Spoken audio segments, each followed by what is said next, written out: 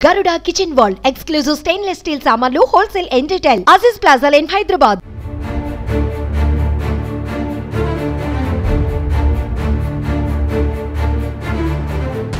TPCC OBC cell రాష్ట్ర working chairman గా యువనేత యువి సురేష్ యాదవ్ ను ఏఐసీసీ నియమించింది. ఈ మేరకు సురేష్ యాదవ్ కు హర్యానా మాజీ మంత్రి కెప్టెన్ అజయ్ సింగ్ యాదవ్ నియామక పత్రం అందజేశారు. దీంతో సురేష్ యాదవ్ హర్షం వ్యక్తం చేశారు. ఓబీసీ డిపార్ట్మెంట్ వర్కింగ్ చైర్మన్ గా తనను నియమించినందుకు ఏఐసీసీతో పాటు టీపీసీసీ నాయకులకు ఆయన ప్రత్యేక ధన్యవాదాలు తెలియజేశారు. ఈ సందర్భంగా సురేష్ యాదవ్ మాట్లాడుతూ తెలంగాణలో కాంగ్రెస్ పార్టీ బలోపేతానికి కృషి చేస్తానని చెప్పారు.